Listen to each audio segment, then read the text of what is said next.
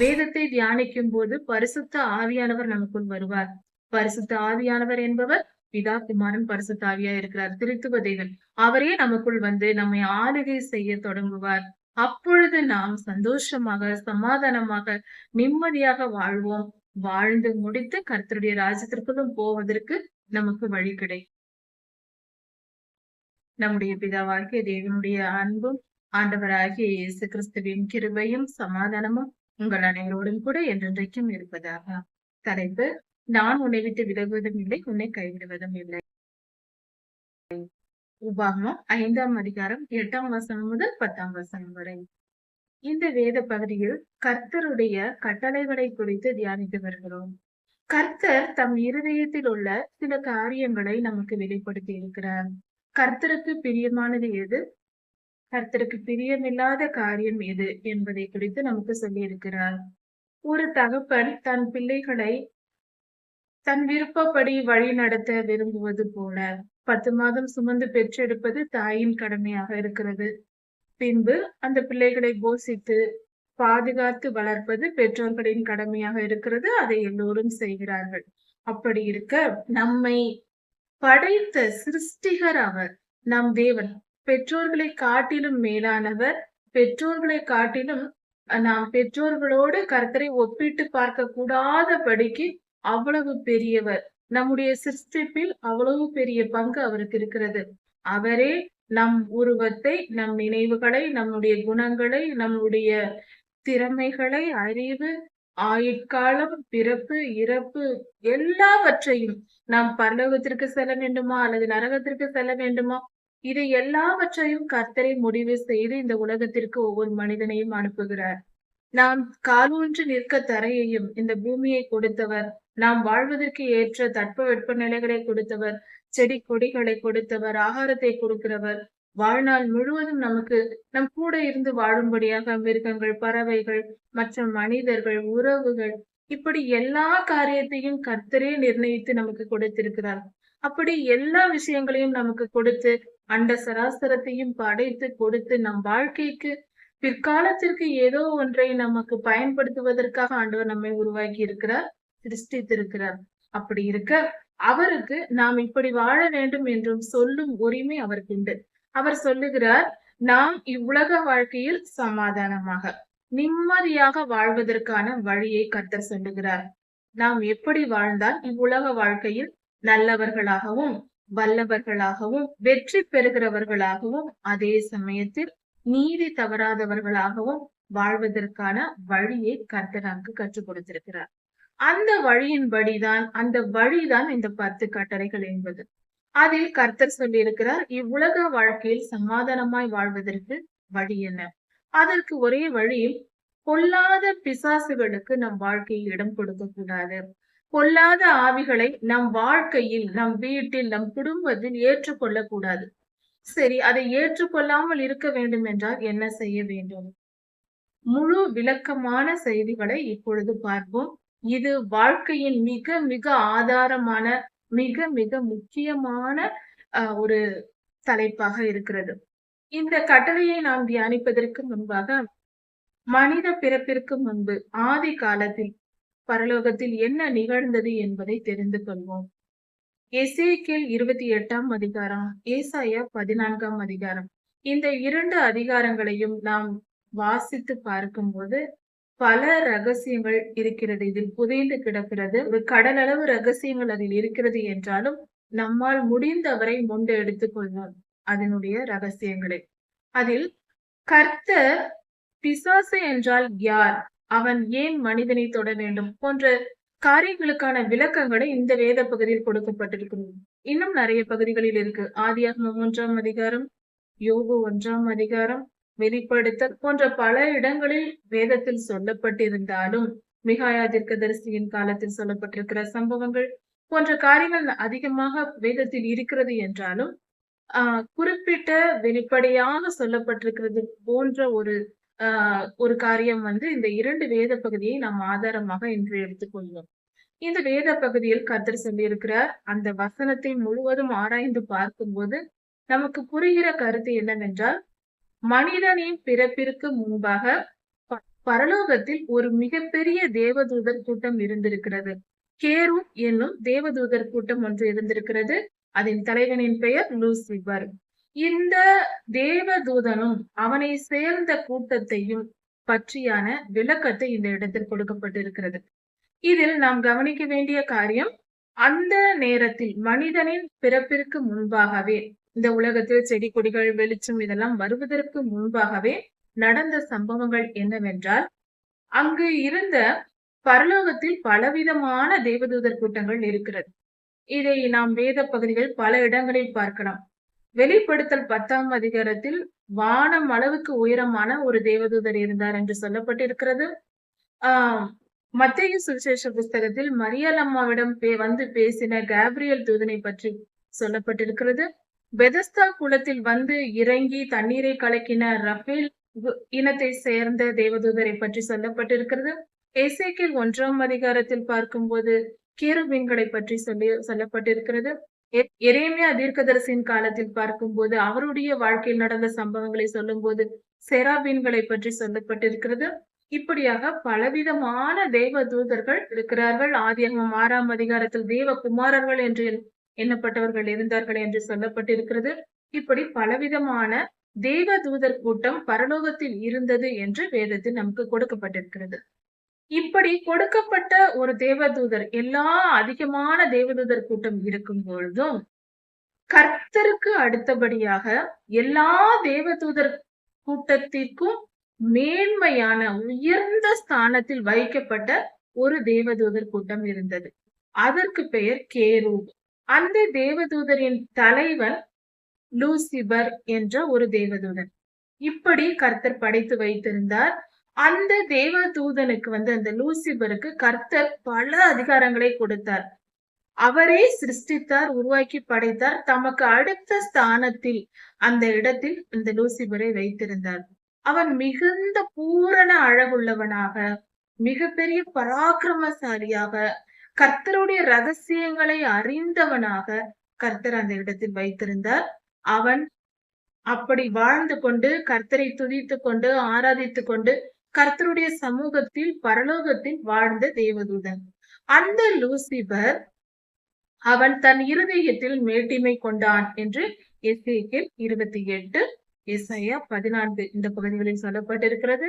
அவன் தன்னைத்தான் உயர்த்தி நான் கர்த்தருக்கு சமமாவேன் என்று அவன் தன் தலையை உயர்த்தினான். கர்த்தருக்கு சமமாக தன்னை உயர்த்த நினைத்தான். தன் இருதயத்தில் உயர்த்தினான், அவன் நினைத்தான். அதனால் கர்த்தர் அவனை சபித்து தள்ளினார், அவன் கீழே விழுந்தான். இது வெளிப்படையாக சொல்லப்பட்டிருக்கிறது. அப்படி விழப்பட்ட தள்ளப்பட்ட தூதன் தான் பிசாசு என்பவன்.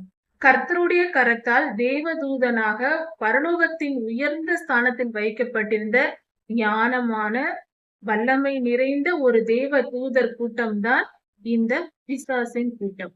அப்படி தேவதூதனாக இருந்த அந்த தேவதூதன் பூமியில் விழும்போது அவன் பாவம் செய்தவனாக, கர்த்தரால் சபிக்கப்பட்டவனாக அவன் பிசாசு என்று கீழே விழுந்தான்.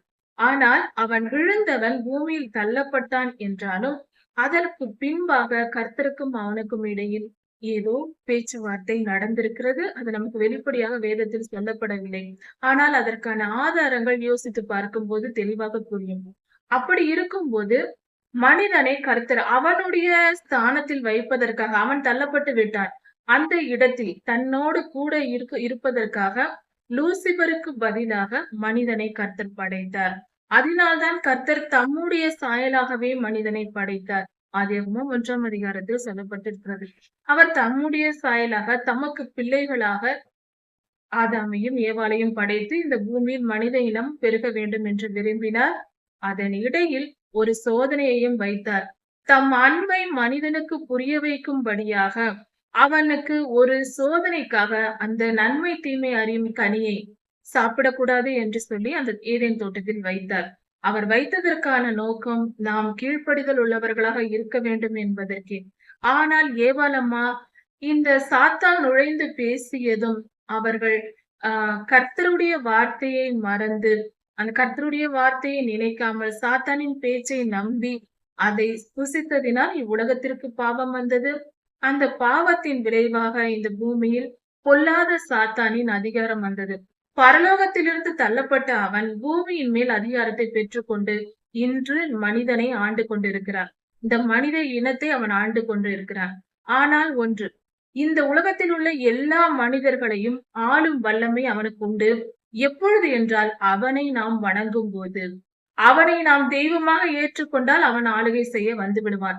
அவன் வந்து அவன் நமக்கு தீமையை ஏற்படுத்தி நம் வாழ்க்கையை பாவத்தில் தள்ளி அவன் நரகத்திற்கு கொண்டு போகப்பட போகிறான். மனிதனுடைய 1000 வருட அரசாட்சிக்கு பின்பு, இவ்வுலகத்தின் 1000 வருட அரசாட்சிக்கு பின்பு சாத்தான் வந்து அக்னி கடலில் போடப்பட போகிறான். அதற்கு முன்பாக நம்மையும் பாவம் செய்ய வைத்து அவனோடு அழைத்து செல்வதே அவனுடைய நோக்கமாய் இருக்கிறது. நான் இருந்த இடத்தில் இந்த மனித இனத்தை உட்கார விட மாட்டேன். பரலோகத்தில் கர்த்தருடைய சிங்காசனத்தில் நாம் உட்கார்ந்து விடக் கூடாது என்பதற்காக இவ்வுலகத்தில் நமக்கு பல துன்பங்களை கொடுத்து பலவிதமான இச்சைகளை அவன் இன்பத்தை கொடுத்தும் அவன் பக்கம் இழுக்க நினைப்பான், துன்பத்தை கொடுத்தும் அவன் பக்கம் இழுக்க நினைப்பான். பாவம் செய்ய வைத்து அவன் அடங்காதவனாய் கர்த்தருக்கு அடங்காதவனாய் இருந்தான். அதே போல மனிதனையும் கர்த்தருக்கு அடங்காதவனாக, கர்த்தரை தொழுது கொள்ளாதவனாக, இவனை பொல்லாத பிசாசை தொழுது கொள்ளுகிறவனாக ஒவ்வொரு மனிதனையும் உருவாக்க வேண்டும், ஏமாற்றி வஞ்சிக்க வேண்டும் என்பதே அவனுடைய நோக்கமாய் இருக்கிறது. அந்த நோக்கத்திற்கு வந்தால் முதல் பலி ஏவாளம்மா. அவர்கள் அவனுடைய வஞ்சக பேச்சை நம்பி ஏமாந்து போனார்கள். இவ்வுலகத்தில் இன்றும் பலவிதமான இச்சைகளை காட்டி மனிதனை வஞ்சித்து பாவம் செய்ய வைத்து கர்த்தருக்கு விரோதமாக நம்மை வாழ வைத்து கர்த்தருடைய கரத்தால் நம்மை நரகத்தில் தள்ளப்படுவதற்கு நம்மை தகுதிப்படுத்துவதே அவனுடைய வேலையா இருக்கிறது. இந்த வஞ்சகத்தை நாம் புரிந்து கொள்ள வேண்டும். கர்த்தருடைய வார்த்தையின்படி நாம் நடக்க வேண்டுமே தவிர வேத புஸ்தகத்தை எடுத்து கர்த்தருடைய கட்டளைகளையும் கற்பனைகளையும் படித்து வேத வசனங்களை தியானித்து அதன்படி நாம் கர்த்தருக்கு கீழ்ப்படிந்து வாழும்போது நம்மை அவனால் ஒன்றும் செய்ய முடியாது. இப்படி நாம் கர்த்தருக்குள் பரிசுத்தமாய் இருந்தால் நாம் நித்திய ஜீவனுக்குள் போய் கர்த்தருடைய சிங்காசனத்தில் உட்கார்ந்து நித்தியமாக நிரந்தரமாக இந்த லூசிபரின் ஸ்தானத்தில் நாம் இருந்து நாம் பரலோகத்தில் செழிப்பாய் வாழ்ந்து கொண்டிருப்போம். அதுதான் நமக்கு நடக்க போகிறது. ஆனால் அந்த நிலையில் நாம் அடைந்து விடக் கூடாது என்பதற்காக இவ்வுலகத்தில் இச்சைகளை தூண்டிவிட்டு பாவம் செய்ய தூண்டிவிட்டு அவன் பலவிதமான துன்பங்களையும் இன்பங்களையும் சோதனைகளையும் எல்லாவற்றையும் கொடுப்பான். அவனுடைய கையில் இந்த பூமியின் அதிகாரம் இருக்கிறது. இப்படி எல்லாவற்றையும் கொடுத்து அவன் நம்மை கீழே விழ தள்ளி நரகத்திற்கு கொண்டு போய் சேர்ப்பதே அவனுடைய தந்திரமாயிருக்கிறது. இதனால்தான் கர்த்தர் சொல்லுகிறார், இப்படிப்பட்ட ஆபத்திற்கு நீங்கள் தப்பிக்கொள்ள வேண்டுமானால் என்னுடைய கட்டளைகளையும் கற்பனைகளையும் கை கொள்ளுங்கள் என்று கர்த்தர் சொல்லுகிறார். என்ன கட்டளை அது? எப்படி கை கொள்வது? நாம் என்ன செய்ய வேண்டும்? இப்படிப்பட்ட நயவஞ்சகன் இந்த உலகத்தில் இருக்கிறான் என்றும் அவன் நம்மை சோதனைக்குட்படுத்தி நம்மை ஆபத்துக்குட்படுத்தி நம்மை நரகத்திற்கு கொண்டு போய் சேர்க்க தந்திரம் செய்கிறான் என்று நமக்கு இப்பொழுது தெரிந்து விட்டது. சரி, இதிலிருந்து தப்புவதற்கு என்ன வழி? அதற்கான வழிகளை தான் கர்த்தர் நமக்கு வேத புத்தகத்தில் கொடுத்திருக்கிறார். தொகுப்பாக மொத்தமாக சுருக்கமாக சொல்லப்பட்டிருக்கிற வழிகள் தான் 10 கட்டளைகள். வேதாகமம் முழுவதும் இந்த 10 கட்டளைகளை விளக்கமாக விவரித்து எழுதி கொடுத்திருக்கிறார். கர்த்தர் ஒவ்வொரு மனிதனுடைய வாழ்க்கையையும் நமக்கு எடுத்துக்காட்டாக கொடுத்து இந்த சூழ்நிலையில் நீங்கள் இப்படி நடந்து கொள்ள வேண்டும், இந்த சூழ்நிலை வரும்போது நீங்கள் இப்படி நடந்து கொள்ளக்கூடாது என்பதற்காக உதாரணத்துடன் நமக்கு வேத புத்தகத்தை எழுதி கொடுத்திருக்கிறார். இந்த வேத புத்தகத்தை தினமும் வாசித்து நாம் தினமும் தியானித்து நம் வாழ்க்கை வருடத்தில் ஒரு முறையாவது முழுமையாக வேத புஸ்தகத்தை வாசிக்கும் போது நாம் தெளிவாக புரிந்தவர்களாக இப்படிப்பட்ட பொல்லாத சாத்தானின் வஞ்சனையில் நாம் விழுந்து போகாதபடிக்கு நம்மை காத்து கொண்டு வாழ நமக்கு ஒரு வழியாக கர்த்தர் இதை நமக்கு கொடுத்திருக்கிறார். வேதத்தை தியானிக்கும் போது பரிசுத்த ஆவியானவர் நமக்குள் வருவார். பரிசுத்த ஆவியானவர் என்பவர் பிதா குமாரன் பரிசுத்த ஆவியா இருக்கிறார், திருத்துவ தேவன். அவரே நமக்குள் வந்து நம்மை ஆளுகை செய்ய தொடங்குவார். அப்பொழுது நாம் சந்தோஷமாக சமாதானமாக நிம்மதியாக வாழ்வோம். வாழ்ந்து முடித்து கர்த்தருடைய ராஜ்யத்திற்குள்ளும் போவதற்கு நமக்கு வழி கிடைக்கும். உபாகமம் 5ஆம் அதிகாரம் 8 முதல் 10ஆம் வசனம் வரை. இந்த வேத பகுதியில் 2ஆம் கட்டளையை தியானித்து வருகிறோம். இந்த கட்டளையை தியானிப்பதற்கு முன்பாக அடிப்படையான சில காரியங்களை கவனித்து வருகிறோம். அதில் ஆவிக்குரிய சட்டங்கள் என்பது என்ன என்பதை குறித்து சற்று கவனித்து பார்ப்போம். அதாவது இவ்வுலக வாழ்க்கையில் கர்த்தர் வேதத்தின்படி நமக்கு எழுதி கொடுத்திருக்கிற சில சட்டதிட்டங்கள் உண்டு. இதற்கு அடிப்படையாக புரிந்து கொள்ள வேண்டும் என்றால் மிக சுருக்கமாக சில விளக்கங்களை நாம் கவனிப்போம். ஆவிக்குரிய சட்டம் என்றால் ஆண்டவராகிய இயேசு கிறிஸ்துவின் நாமத்தை சொல்லி பிசாசுகளை துரத்தும் போது அந்த பிசாசுகள் ஓடி போகும். ஆண்டவராகிய இயேசு கிறிஸ்து உலகத்தில் ஊழியம் செய்யும் போது கெனசரேத் ஊர் அந்த லேகியோன் பிசாசு பிடித்த மனிதனிடத்திலிருந்து பிசாசுகளை விரட்டினார். அவைகள் பன்றி கூட்டங்களுக்குள் போயின, பின்பு அழிந்தன என்பதை குறித்து நாம் படித்திருக்கிறோம். இது போல பல சம்பவங்களில் கர்த்தர் பிசாசுகளை துரத்தி இருக்கிறாங்க. அப்படி என்றால் இந்த பூமியில் அதுவும் மனிதனுக்குள் நுழைந்து பிசாசுகள் மனிதனை ஆளுகை செய்கிறது என்பதற்கு மத்தேயு, மார்க்கு, லூக்கா, யோவான் போன்ற சுவிசேஷ புஸ்தகங்களில் கொடுக்கப்பட்டிருக்கிற சம்பவங்கள் நமக்கு சாட்சியாக நிற்கின்றன. அப்படி இருக்க மனிதனுக்குள் கொல்லாத பிசாசுகள் என்பது உண்டு. அது மனிதனுக்குள் நுழைகின்றன. அதனால் மனிதர்கள் பாதிக்கப்பட்டு பைத்தியம் பிடித்தவர்களாகவும் நோயுற்றவர்களாகவும் தீராத வியாதி பல வருட வியாதியினால் கஷ்டப்படுகிறவர்களாகவும் இருந்திருக்கிறார்கள் என்பதற்கு பலவித சாட்சிகள் இந்த சுவிசேஷ புத்தகங்களில் கொடுக்கப்பட்டிருக்கிறது. பலர் பிசாசு என்று இருப்பதையே நம்புவதில்லை. கொல்லாத ஆவிகள் உண்டு, ஆனால் அதற்கு நாம் பயப்பட தேவையில்லை. பிசாசுகளை கண்டு நாம் பயப்படக்கூடாது. அவைகள் தான் நம்மை கண்டு பயப்பட வேண்டும். அதற்கான வழிகளையும் விளக்கங்களையும் பார்ப்போம் தொடர்ச்சியாக. இயேசு கிறிஸ்து என்று நாமம் நமக்கு கொடுக்கப்பட்டிருக்கிறது. பழைய ஏற்பாட்டு காலத்தில் வாழ்ந்த யாருக்கும் தெரியாது, கர்த்தரை வெளிப்படுத்தவில்லை. அதனால் அவர்கள் ஒரு மனிதன் மிகவும் பிசாசு பிடித்தவனாக கொல்லாதவனாக இருந்தால் அவனை கொன்று போட்டு அதனால் அந்த ஊரை காப்பாற்றினார்கள். கர்த்தருடைய நாமம் நமக்கு கொடுக்கப்பட்டிருக்கிறது.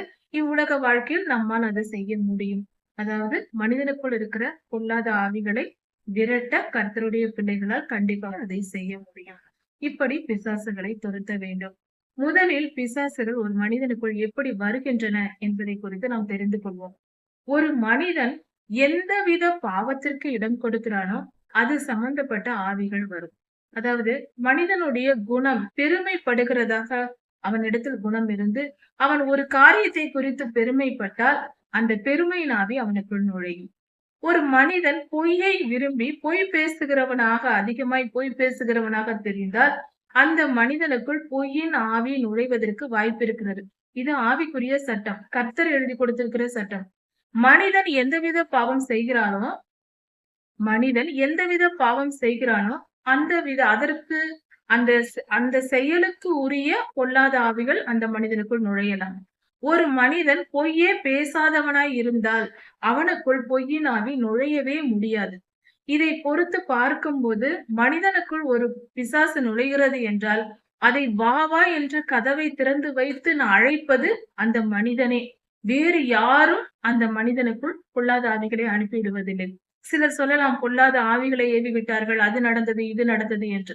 இல்லை, நிச்சயமா இல்லை. ஒரு மனிதன் தன்னுடைய இருதயத்தில் அந்த பொல்லாத பாவம் இருக்குமானால், துர்குணங்கள் இருக்குமானால் அதற்குரிய பொல்லாத ஆவிகளே அவனுக்குள் வர முடியும். அதனால்தான் கர்த்தர் வேத புத்தகத்தை நமக்கு கொடுத்திருக்கிறார். எது பரிசுத்தம், பரிசுத்தமான வாழ்க்கை என்பது என்ன, பரிசுத்த குணங்கள் என்ன, நற்குணங்கள் எவை, அவைகளை நீங்கள் தரித்துக் கொள்ளுங்கள். அப்பொழுது உங்களிடத்தில் துர்க்குணங்கள் இல்லாத பொழுது எந்த பிசாசும் நம்மை நெருங்க முடியாது. நற்குணங்களால் நாம் நிரம்பி இருக்கும் போது பரிசுத்த ஆவியானவர் நமக்குள் வாசம் செய்வார். அப்பொழுது நம்மை கண்டாலே ஒரு ஊரை தாண்டி வரும்போதே பிசாசு நடுங்கி ஓடி விடுவான். ஐயோ, அங்கு ஒரு பரிசுத்த வெளிச்சம் இருக்கிறது, அங்கு ஒரு மனிதன் இருக்கிறான், அவனுக்குள் பரிசுத்த ஒளி இருக்கிறது, மெய் ஒளி இருக்கிறது, கர்த்தருடைய ஆவியானவர் இருக்கிறார், நான் அங்கு போக மாட்டேன் என்று அவன் எரிச்சல் தாங்காமல், தன் சரீரத்தின் எரிச்சல் தாங்காமல் ஓடிவிடுவான். இதிலிருந்து நாம் நம்மை காப்பாற்றிக் கொள்ள, பொல்லாத ஆவிகளிடமிருந்து காப்பாற்றிக் கொள்ள நாம் பெரிய காரியங்களாக அவனை எதிர்த்து யுத்தம் செய்து நாம் போராட தேவையில்லை. இதற்காக நாம் யுத்தம் செய்ய தேவையில்லை. நாம் துர்குணங்கள் இல்லாமல் நற்குணசாலிகளாக, அதாவது கலாத்தியர் 5ஆம் அதிகாரத்தில் சொல்லப்பட்டிருக்கிற ஆவியின் கனிகளால் நிரப்பப்பட்டவர்களாக இருக்க வேண்டும். மாம்சத்தின் கிரியைகள் அற்றவர்களாக இருக்க வேண்டும். 17 காரியங்கள் மாம்சத்தின் கிரியைகள் என்று இந்த வேத பகுதியில் கொடுக்கப்பட்டிருக்கிறது. அந்த 17 காரியங்களும் நம்மிடத்தில் இல்லாவிட்டால் எந்த பொல்லாத பிசாசும் நமக்குள் வர முடியாது. நம்மை தொட முடியாது, நம்மை ஆளுகை செய்ய முடியாது. அப்பொழுது நாம் சமாதானமாக, நம் இருதயம் சமாதானத்தால் நிரம்பி இருக்கும். நிம்மதியான வாழ்வு நம்மால் வாழ முடியும். இதற்கான ஒரு நமக்கு ஒரு வாய்ப்பு நமக்கு ஆண்டவர் இந்த இடத்துல கொடுத்திருக்கிறார். கலாத்தியர் 5ஆம் அதிகாரத்தில் கொடுக்கப்பட்டிருக்கிறது. ஆவியின் கனிகள் 9. அந்த ஆவியின் கனிகள் 9ஐயும் நாம் தினமும் அதிகாலையில் எழுந்து நாம் அதை தியானிக்கும் போது நாம் பரிசுத்த ஆவியினால் நிரப்பப்படுவோம். பொல்லாத ஆவிகள் நம்மை நெருங்காது. நம்மை தினமும் பாதுகாத்துக் கொள்ளலாம். பொல்லாத ஆவிக்கு நம் வீட்டை, நம் இடத்தை சுற்றி நாம் இருக்கும் திசை கூட அது திரும்பாமல் ஓடிவிடும். அருகில் நெருங்க கூட முடியாது. அதே சமயத்தில் அந்த மாம்சத்தின் கிரியைகள் 17 காரியங்களும் அந்த வேத பகுதியிலேயே கொடுக்கப்பட்டிருக்கிறது. அதை படித்து தெரிந்து கொள்ள வேண்டும். அதை தினந்தோறும் தியானிக்க தேவையில்லை. நம் மனதில் புரிந்து கொள்ள வேண்டும். துர்க்குணங்கள் எது எது என்று தெரிந்து கொண்டு அதை மனதில் வைத்துக் கொண்டு அதை செய்யாமல், தினந்தோறும் நாம் செய்யாமல் இருக்க வேண்டும். அப்படி இருக்கும்போது நாம் பரிசுத்த ஆவியினால் நிரப்பப்பட்டவர்களாக இருப்போம். அப்பொழுது நாம் எந்தவித பொல்லாத ஆவிக்கும் பயப்பட தேவையில்லை. பரிசுத்தமாக, நிம்மதியாக, சமாதானமாக வாழலாம். இதற்கு எல்லாமே ஒரே ஒரு வழிதான். கர்த்தரை நெருங்கிக் கொள்வது, கர்த்தரை அண்டிக் கொள்வது, அவரை அண்டிக் கொள்வது, அவருடைய வார்த்தைகளை கேட்டு நடப்பது.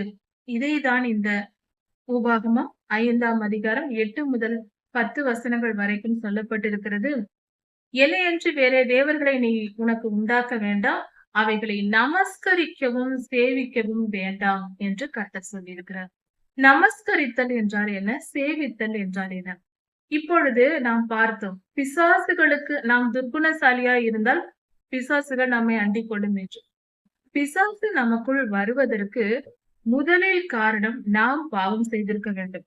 நாம் எந்தவித பாவம் செய்கிறோமோ அந்த வித ஆவிகள் நமக்குள் வந்து நம்மை ஆளுகை செய்ய தொடங்கும். பாவத்திலேயே பிரதான பாவம் எது என்றால், கர்த்தர் சொல்லுகிற வேதத்தின்படி பட்டிருக்கிற காரியம் என்னவென்றால், யாத்திராகமம் 20ஆம் அதிகாரம், உபாகமம் 5ஆம் அதிகாரம் இதில் மிக தெளிவாக சொல்லப்பட்டிருக்கிறது. மத்தேயு 5ஆம் அதிகாரம், வேத புத்தகம் முழுவதுமே இதை பற்றி சொல்லப்பட்டிருக்கிறது. இதில் என்ன என்றால், அது கர்த்தருக்கு பதிலாக இன்னொரு தெய்வத்தை நாம் உண்டாக்கவும் கூடாது, அவைகளை நமஸ்கரிக்கவும் கூடாது, அவைகளை சேவிக்கவும் கூடாது. அப்படி என்றால் என்ன? அதாவது நம் வாழ்க்கையை நாம் ஒரு காரியத்தில், எல்லா மனிதருக்குள்ளும் ஒரு குணம் இருக்கு. ஒரு சிலர் சொல்வார்கள், என் பிள்ளைக்காக நான் உயிரையே கொடுப்பேன் என்று சொல்வார்கள். சிலர் என் மனைவிக்காக நான் உயிரையே கொடுப்பேன் என்று சொல்வார்கள். சிலர் என்னுடைய வேலைக்காக நான் உயிரையே கொடுப்பேன் என்று சொல்வார்கள். இப்படி பலவிதமான எந்த ஒருத்தருக்கும் ஒரு மிகவும் பிடித்த ஒரு காரியம், இது இல்லாமல் நான் இல்லை என்று சொல்வார்கள். அப்படி எந்த காரியத்தை நீங்கள் மனதில் வைத்திருக்கிறீர்களோ அதுதான் உங்களுக்கு விக்கிரகமாய் இருக்கிறது. அதுவே உங்கள் தெய்வமாய் இருக்கிறது. இப்படிப்பட்ட தெய்வத்தை நீ வைத்துக் கொள்ளாதே உனக்கு என்று கர்த்தர் சொல்லுகிறார். என் வார்த்தையின்படி எனக்கு முக்கியத்துவம் கொடுத்து என் வார்த்தைகளின்படி நட. நான் இவ்வுலக வாழ்க்கையில் நீ சமாதானமாக வாழ்வதற்கும் சந்தோஷமாக நிம்மதியாக வாழ்வதற்கு நான் உனக்கு வழி சொல்லுகிறேன். என் வார்த்தைகளின்படி நீ நடக்கும்போது நீ பாதுகாப்பாய் இருப்பாய். உன்னை பாதுகாக்கவே நான் உனக்கு வழி காட்டுகிறேன் என்று கர்த்தர் சொல்லுகிறார். இதில் நாம் எதை எடுத்துக்கொள்வோம்? நாம் கர்த்தருடைய வழிகளின்படி நாம் நடக்கும்போது, கர்த்தரை சேவித்து அவரை தொழுது கொண்டு அவர் வார்த்தையின்படி நாம் நடக்கும்போது அதுதான் நமஸ்கரித்தல், சேவித்தல். நமஸ்கரித்தல் என்றால் கர்த்தரை தொழுது கொள்ளுதல், சேவித்தல் என்றால் கர்த்தருடைய வார்த்தையின்படி நாம் நடப்பது, அவருடைய கட்டளைகளை ஏற்றுக்கொண்டு கீழ்ப்படிந்து இருப்பது. இப்படி நாம் செய்யும் போது கர்த்தர் நம் வாழ்க்கையை ஆளுகை செய்கிறார். அப்படி அவர் நம் வாழ்க்கையை ஆளுகை செய்யும் போது அது பரிசுத்தமானதாக, நிம்மதி உள்ளதாக, சமாதானம் உள்ளதாக, சந்தோஷம் உள்ளதாக இருக்கும். ஆனால் இதற்கு பதிலாக, கர்த்தருக்கு பதிலாக, எனக்கு கிரிக்கெட் பிடிக்கும், அதனால் நான் எனக்கு கிரிக்கெட் என்றால் உயிர், எதை சாப்பிடாமல் கூட நான் கிரிக்கெட் பார்ப்பேன். அல்லது எனக்கு சினிமா என்றால் மிகவும் பிடிக்கும், சினிமா இல்லாமல் என்னால் இருக்க முடியாது, தினமும் டிவி பார்க்காமல் என்னால் இருக்க முடியாது என்று ஏதோ ஒரு ஒரு விஷயத்தில் நாம் மூழ்கி கிடக்கிறோம் என்றால் அதுவே நம்முடைய தெய்வம் என்பதை புரிந்து கொள்ள வேண்டும். நம் உறவுகளாக இருக்கலாம். என் பிள்ளை எனக்கு உயிர் என்று சொன்னால் அந்த பிள்ளைதான் உனக்கு தெய்வமாக நீ நினைத்துக் கொண்டிருக்கிறாய் என்று பொருளாகிறது. சரி, இப்படி செய்தால் என்ன நடக்கும்? நாம் எதை அதிகமாக முக்கியத்துவப்படுத்துகிறோமோ, கர்த்தரை விட பெரியதாக நம் வாழ்க்கையில் முதல் இடத்தை கர்த்தரை தவிர வேறு யாருக்கு கொடுக்கிறோமோ, எந்த விஷயத்திற்கு கொடுக்கிறோமோ, அது நம்மை ஆளுகை செய்ய முடியும். அந்த காரியத்தினால் நாம் மிகப்பெரிய துன்பத்திற்கும், உபத்திரவத்திற்கும் நாம் ஆளாவோம். இப்பொழுது ஒரு ஒரு மகன் இருக்கிறான் என்று வைத்துக் கொள்வோம். அவன் கிரிக்கெட் அதிகமாக நேசிக்கிறான் என்று வைத்துக் கொள்வோம். கிரிக்கெட் என்றால் என் உயிர், என் வாழ்க்கையே கிரிக்கெட்டிற்கு தான் என்று வாழ்கிறான் என்று வைத்துக் கொள்வோம். அவனுடைய வாழ்க்கை அழிவது, அவன் அவன் வாழ்க்கை சீரழிவதற்கு அந்த கிரிக்கெட் தான் காரணமாக இருக்கும். கிரிக்கெட் என்பது ஒரு விளையாட்டு என்பதும், அது வாழ்க்கையில் ஒரு சிறு காரியம் என்று நாம் நினைப்பதும் மிக முக்கியம். அந்த புரிதல் இல்லாமல் கிரிக்கெட்டிற்காக நான் எதை வேண்டுமானாலும் செய்வேன் என்று ஒரு மனிதன் சொல்வானானால் அது அப்படியே நடக்கும். அதே போலதான் சில பெண்கள் நகைகளை விரும்புவார்கள். நகை நகை நகை என்று பைத்தியமாக இருப்பார்கள். அப்படி நகை பைத்தியமாக, துணி பைத்தியமாக, இப்படி எதனால் நாம் அதிகமாய் ஈர்க்கப்படுகிறோமோ அதன் மூலமாய் சாத்தான் நம்மை அடிமைப்படுத்தி விடுவான். பொல்லாத பிசாசுகள் அதன் மூலமாய் நம்மை அடிமைப்படுத்தி பிசாசு நம் குடும்பத்தை ஆளுகை செய்யும். நம் ஒவ்வொரு மனிதனுடைய வாழ்க்கையும் ஆளுகை செய்ய தொடங்கிவிடும்.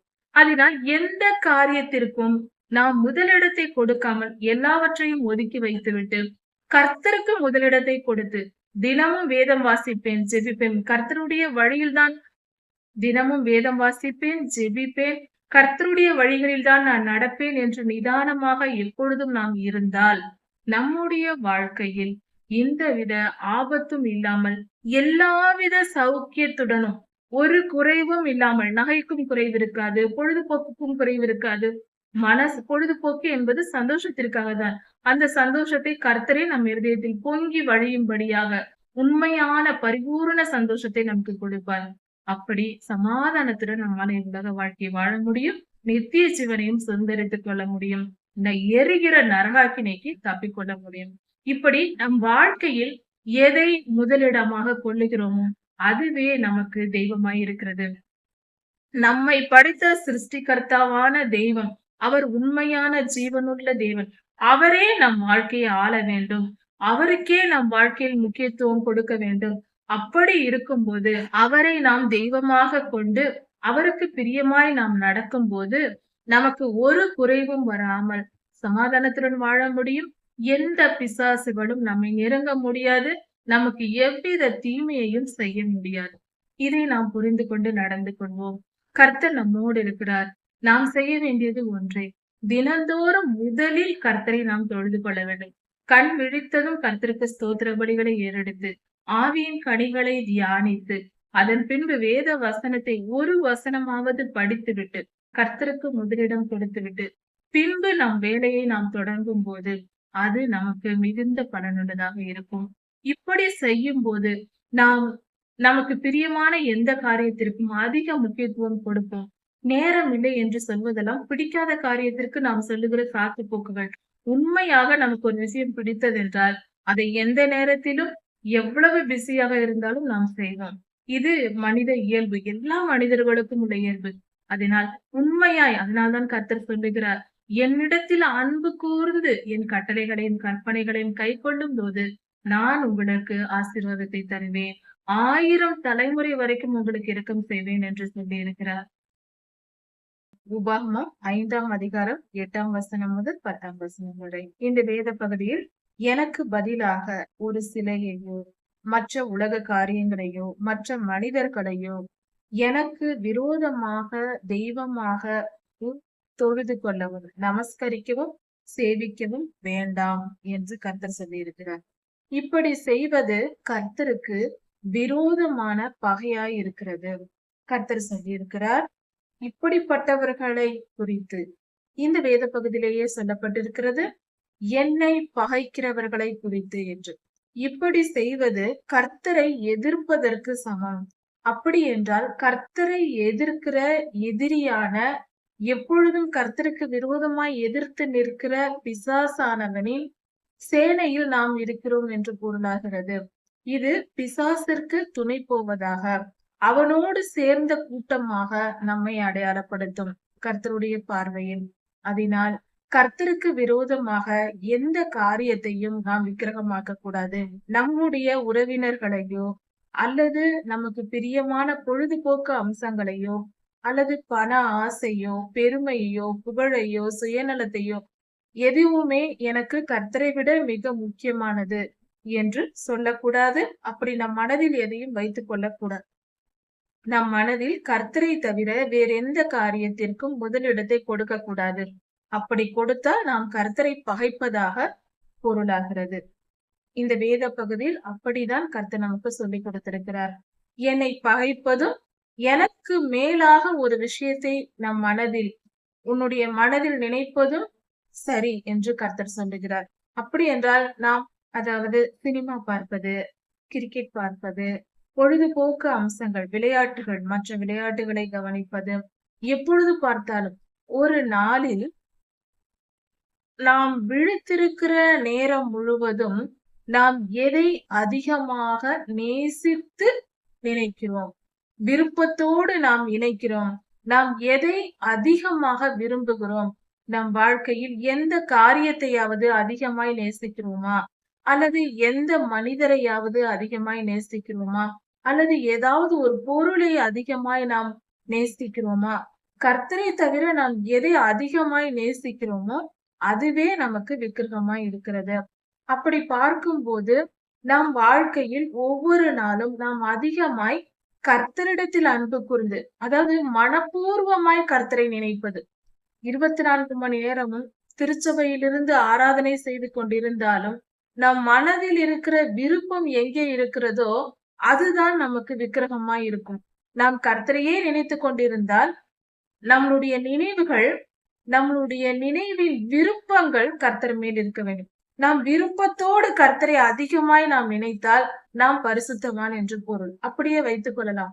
நாம் தினமும் கர்த்தர் என்ன சொல்லுவார், இந்த காரியத்தை குறித்து ஒவ்வொரு நாளும் நம் வாழ்க்கையில் நடக்கிற எல்லா சம்பவங்களுக்கும் கர்த்தர் இந்த சம்பவத்தை குறித்து என்ன நினைப்பார், நான் இந்த காரியத்தில் நான் எதை செய்தால் கர்த்தருக்கு பிரியமாய் இருக்கும், என் உறவினர்களோடு நான் எப்படி பேச வேண்டும், என்னுடைய வேலை ஸ்தலத்தில் நான் எப்படி இருக்க வேண்டும், நான் செய்கிற தொழிலில் நான் எப்படி செய்தால், என் வேலையை நான் எப்படி செய்தால் அது கர்த்தருக்கு பிரியமாய் இருக்கும். கர்த்தருக்கு பிரியமானதை நாம் தேர்ந்தெடுத்து அதை நாம் செய்யும் போது நாம் கர்த்தருக்கு பிரியமானவர்களாக பரிசுத்தமாய் வாழ்கிறோம் என்று பொருள்.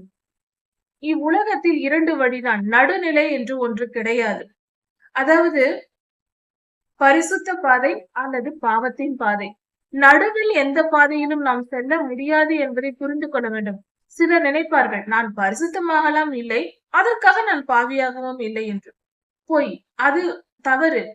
பரிசுத்தமாய் இருக்க வேண்டும். இல்லை என்றால், நாம் பரிசுத்தமாய் இல்லை என்று நம் மனசாட்சி நமக்கு சொன்னது என்றால் நாம் பாவம் செய்கிறோம் என்று பொருள்.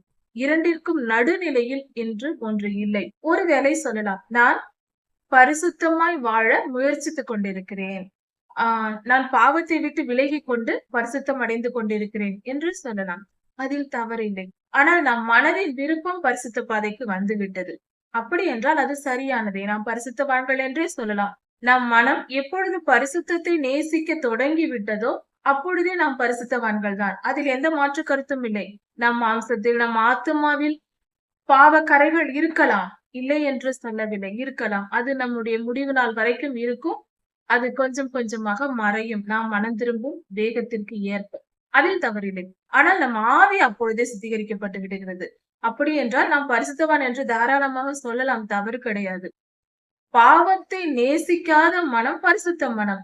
கர்த்தருடைய அன்பை நேசிக்க தொடங்கி விட்டாலே நாம் பரிசுத்தவான்களாக தொடங்கி விட்டோம் என்று பொருள். தாராளமாக பரிசுத்தவான் என்று சொல்லலாம். கர்த்தருடைய பார்வை அப்படிதான் நம் இடத்தில் இருக்கிறது. நாம் பரிசுத்தத்தை நேசிக்க தொடங்கி விட்டால் பாவத்தை விட்டு விலகி கொண்டே வருவோம். பரிசுத்த காரியங்களை தேடிக்கொண்டு இருக்க நாம் தொடங்கி விடுவோம். அந்த நிலைக்கு வந்தாலே அது கர்த்தருக்கு பிரியமான ஒரு நிலைதான். கர்த்தர் நம்மை பரிசுத்தமான ஒரு பிள்ளையாக தான் அவர் பார்ப்பார். அதனால் நாம் முதலில் செய்ய வேண்டியது, கர்த்தரை தவிர கர்த்தருடைய வழியை தவிர மீறி செல்கிற எல்லாம் பாவமாய் இருக்கிறது. எல்லா மனிதருக்கும் பொதுவான செயல்கள்.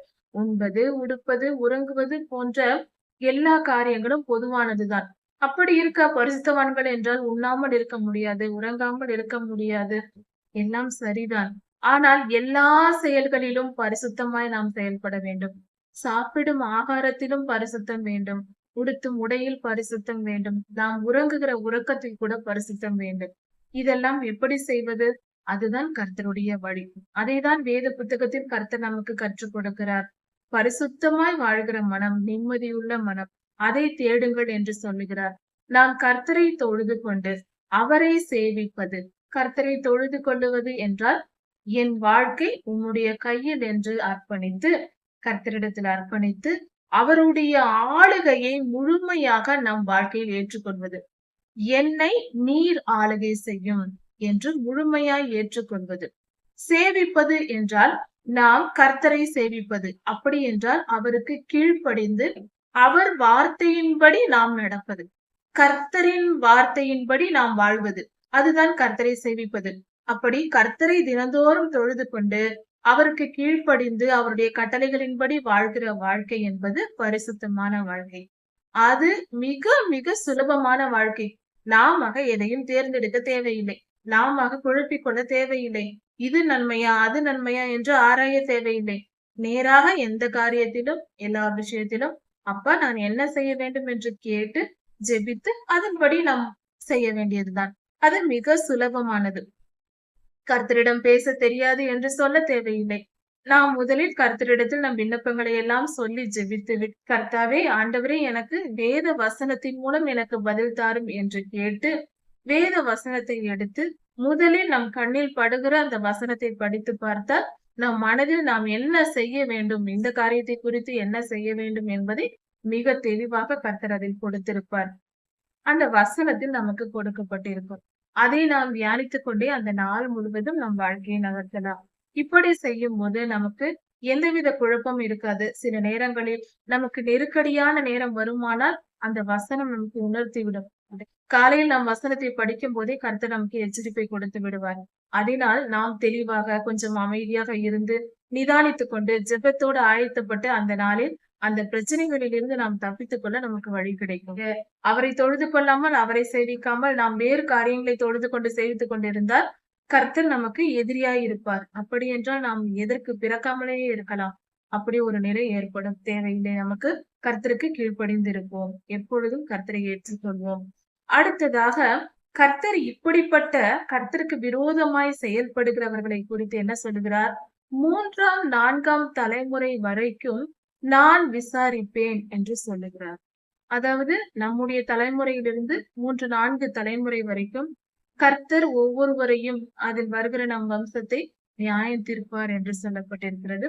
கர்த்தருக்கு விரோதமாய் நாம் செயல்பட்டால் கர்த்தரை முழு மனதோடு கர்த்தரை தொழுது கொண்டு தினந்தோறும் அவருடைய கட்டளைகளை கேட்டு வேத வசனத்தை தியானித்து நம் வாழ்க்கையை சீரமைத்துக் கொள்ள வேண்டும். நாம் பாதையில் நடந்து செல்ல வேண்டும் என்றால், நாம் ஒரு ரோடில் செல்கிறோம் என்றால் முதலில் பாதை இருக்கும். அந்த பாதையில் நாம் நடந்து செல்கிறோம். நம் வாழ்க்கையின் பாதை வேத வசனம். அதில் மேலே நாம் நடக்க வேண்டும். வேத வசனமாகிய பாதையின் மேல் நாம் நடந்து செல்லும் போது அந்த பாதை நித்திய ஜீவனுக்குள் நம்மை கொண்டு போய் சேர்க்கும். கர்த்தருக்கு கீழ்ப்படியாமல் வாழ்கிற மனுஷன் நடு காட்டில் அலைந்து திரிகிற மனிதனை போல. நடுக்காட்டில் பாதை இருக்காது. எங்கு செல்கிறோம் என்று தெரியாது. எந்த திசையில் செல்லுகிறோம் என்று புரியாது. நாம் வெறும் கையோடு நாம் எந்த ஒரு உபகரணமும் இல்லாமல் நடந்து சென்றோம் ஆனால் எல்லா பக்கமும் மரம் இருக்கும், செடி கொடிகள் இருக்கும், புதர்கள் இருக்கும். நம்மால் நடந்து செல்ல முடியாது. ஏனென்றால் நேரான பாதை இருக்காது. நாம் தடுமாறுவோம். எந்த திசையில் செல்வதென்று புரியாது. அது மிகவும் தத்தளிப்பானது, மிகவும் கடினமானது. அப்படிதான் கர்த்தருக்கு கீழ்ப்படியாமல் வேத வசனத்தை அறிந்து கொள்ளாமல் வேத புத்தகத்தை படிக்காமல் பைபிள் படிக்காமல் நாம் வாழ்கிற வாழ்க்கை என்பது காட்டில் அலைந்து திரிகிற மனிதனுக்கு சமமானது.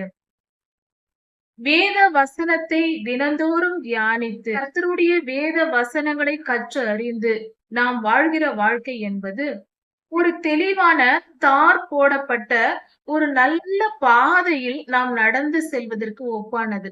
அதில் தெளிவாக இருக்கும். செடி இருக்காது, புதர் இருக்காது. அந்த பாதையே நம்மை அழைத்து சென்று விடும். நேராக நாம் போய் சேர வேண்டிய இடத்திற்கு நேராக செல்லும். அதன் வழியாக நாம் சென்றால் போதும். இந்த பக்கமா அந்த பக்கமா என்று திரும்ப தேவையில்லை. நாம் நடந்து செல்ல செல்ல அந்த பாதை போகும். அதன் பின்பு நாம் போய் சேர வேண்டிய இடம் சேரலாம். அதுபோல வேத வசனத்தின் மேல் நம் வாழ்க்கை போனது என்றால் அது நேராக நித்திய ஜீவனுக்குள் கொண்டு போய் நம்மை சேர்த்து விடும். நாம் கர்த்தரிடத்தில் சேர்ந்து விடலாம். இவ்வுலக வாழ்க்கையிலும் நாம் நிம்மதியாக வாழலாம். தார் ரோடில் நடந்து செல்லும் போது நம் கால்களில் முள் குத்தாது. குழப்பங்கள் இருக்காது. எந்த பக்கம் போக வேண்டும் என்று ஒவ்வொரு அடிக்கும் நாம் பார்க்க தேவையில்லை. அந்த பாதை நேராக சென்று கொண்டிருக்கும், போய்கொண்டே இருக்கலாம். இப்படி போலதான் வேத வசனத்தின்படி நாம் வாழ்கிற வாழ்க்கையானது. அந்த வேத வசனமே நம்மை கொண்டு போய் சேர்க்கும். பாதையை பார்த்து நாம் நடந்து சென்றால் அதன் முடிவு நித்திய ஜீவனாய் இருக்கும். வாழ்க்கை வாழும் போதும் சமாதானம், நிம்மதியுடன் வாழலாம். போய் சேரும் இடமும் நல்ல இடமாக நித்திய ஜீவனாக இருக்கும். அதனால் கர்த்தரை தொழுது கொண்டு கர்த்தரை சேவித்து வாழ்வோம். கர்த்தரை நமஸ்கரிப்பது என்பது கர்த்தரை தொழுது கொள்ளுதல், பவுடவுன் என்று சொல்வார்கள். கர்த்தரை வணங்குதல், அவருக்கு நம்மை அர்ப்பணித்து கர்த்தர் நம்மை ஆளும்படி என் வாழ்க்கை முழுவதிலும் நீர் ஆளுகை செய்யும், உம்முடைய விருப்பம் என் வாழ்க்கையில் நடக்க வேண்டும் என்று ஏற்றுக்கொள்வது நமஸ்கரிப்பது என்று பொருளாகிறது. கர்த்தரை சேவிப்பது என்பது கர்த்தருடைய வசனத்தை கேட்டு அறிந்து அதன்படி வாழ்வது, அவருடைய கட்டளைகளை ஏற்றுக்கொண்டு கீழ்ப்படிந்து நம் வாழ்க்கை வாழ்வதுதான் சேவிப்பது. இப்படி கர்த்தரை நமஸ்கரித்து சேவித்து நாம் வாழும்போது கர்த்தருக்கு பிரியமானவர்களாய் இருப்போம். 1000 தலைமுறை வரைக்கும் நமக்கு இரக்கம் கிடைக்கும். ஆனால் கர்த்தரை விட்டு வேறு காரியங்களுக்கு நாம் வாழ்க்கையில் முதலிடத்தை கொடுத்து வாழ்ந்தால் நாம் 3ஆம் 4ஆம் தலைமுறை வரைக்கும் அந்த பாவம் சுமந்து நம் சந்ததி கஷ்டப்படும். நாமும் நம் வாழ்க்கை நித்திய ஜீவனை சுதந்திரித்துக் கொள்ள முடியாது. இந்த 10 கட்டளைகளை கடைபிடித்தால் மட்டுமே நித்திய ஜீவனுக்குள் போக முடியும்.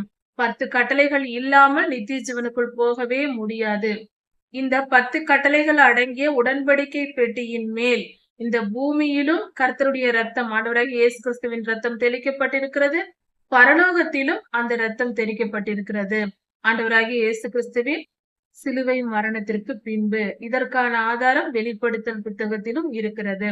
உடன்படிக்கை பெட்டி அங்கு காணப்பட்டது என்று வெளிப்படுத்தல் 11:19 சொல்லப்பட்டது. அதனால் நாம் கர்த்தருக்கு பிரியமாயிருந்து நித்திய ஜீவனை சுதந்திரித்துக் கொள்வோம். உபாகமம் 5ஆம் அதிகாரம் 10, 11 வசனங்கள்.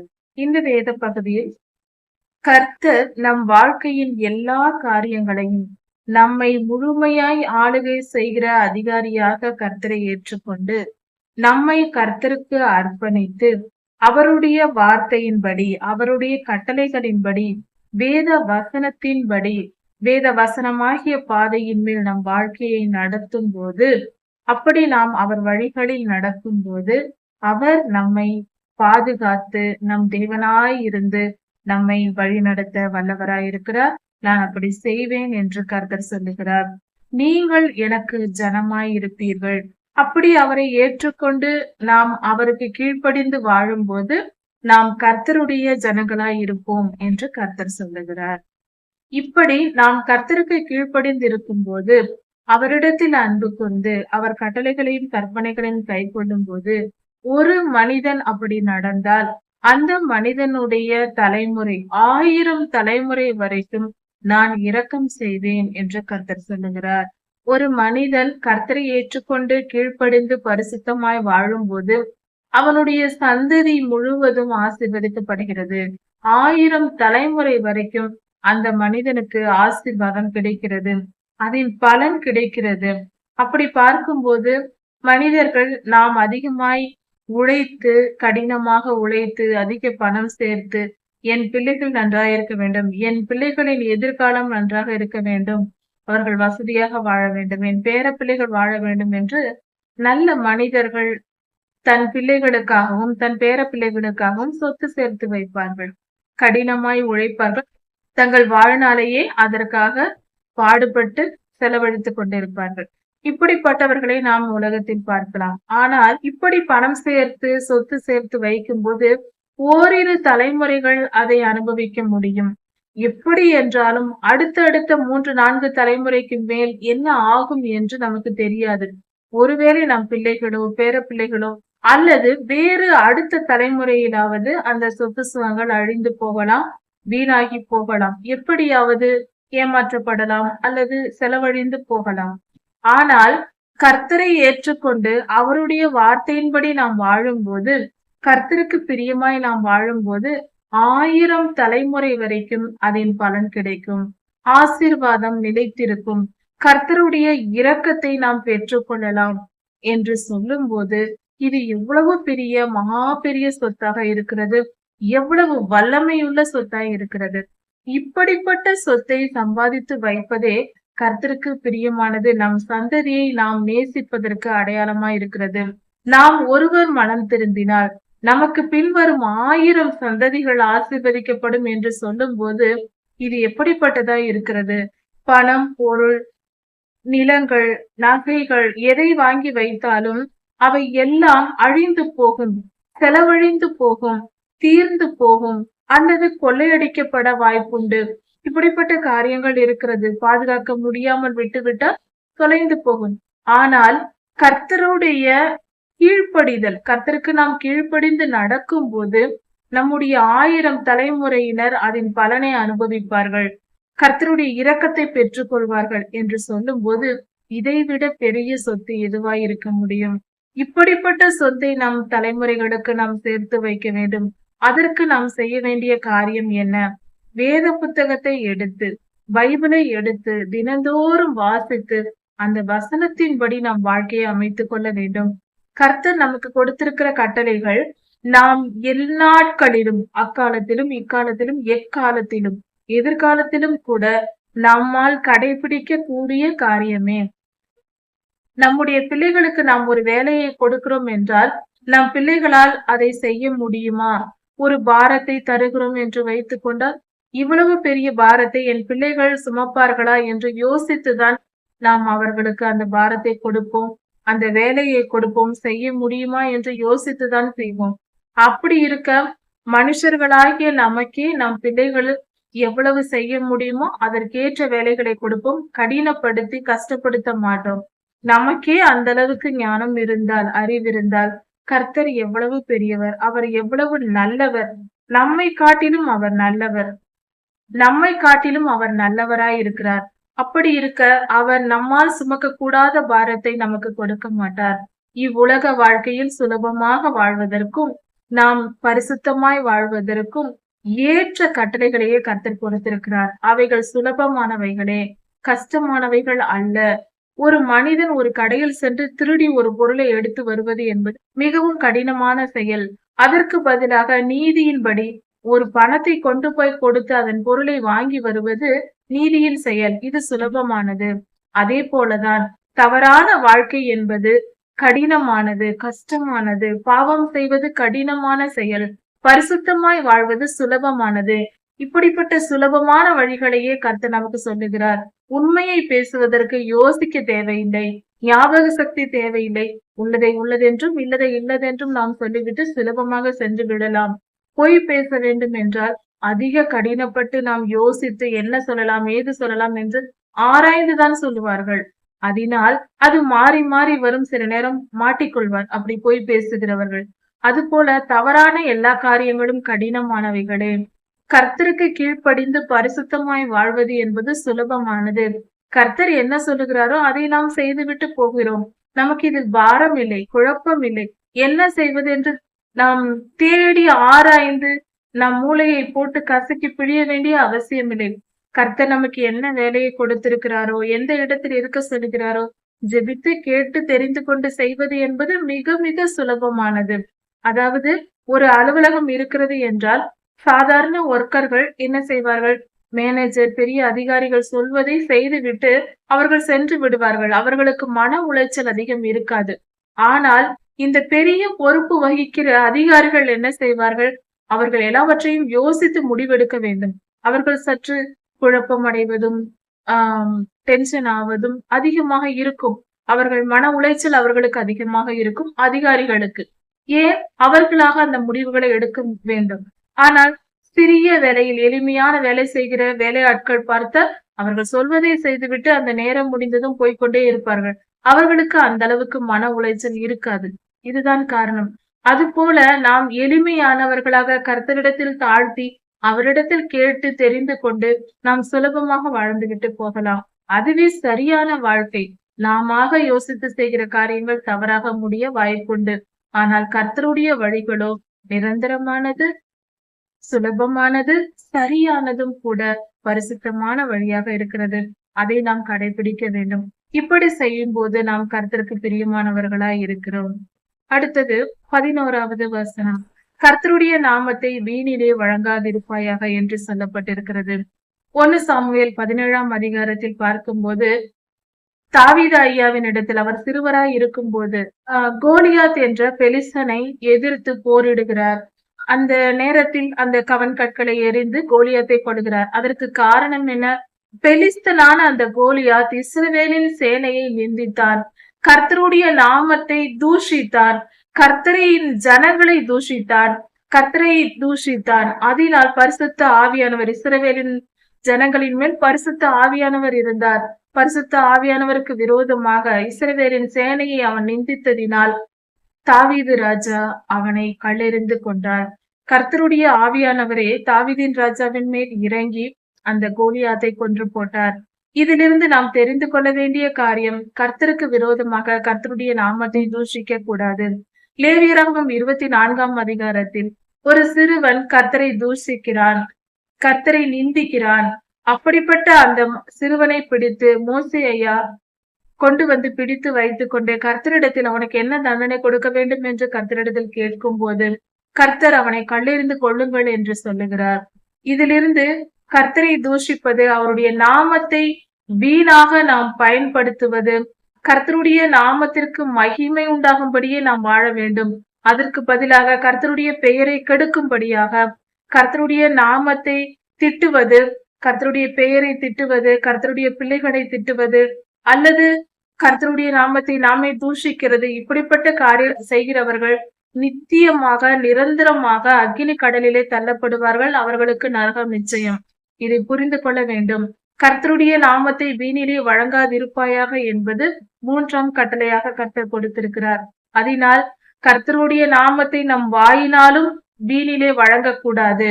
கர்த்தருடைய பெயரை தூஷிக்க கூடாது, தவறான காரியத்துக்கு பயன்படுத்த கூடாது, தேவையில்லாத காரியங்களுக்கு ஆண்டவருடைய நாமத்தை கொண்டிருக்க கூடாது. அதுவும் பாவமே, அது மகா பெரிய பாவம் என்று சொல்லப்பட்டிருக்கிறது. எதற்கெடுத்தாலும் மனுஷகுமாரன் ஆகிய இயேசு கிறிஸ்துவின் நாமத்தை சொல்லி சொல்லி ஏதாவது வீணாக அவர் பெயரை பயன்படுத்தி கொண்டிருக்க கூடாது. அது கர்த்தருக்கு பிரியமில்லாத காரியம். அது மிகப்பெரிய தண்டனையை நமக்கு கொண்டு வரும்.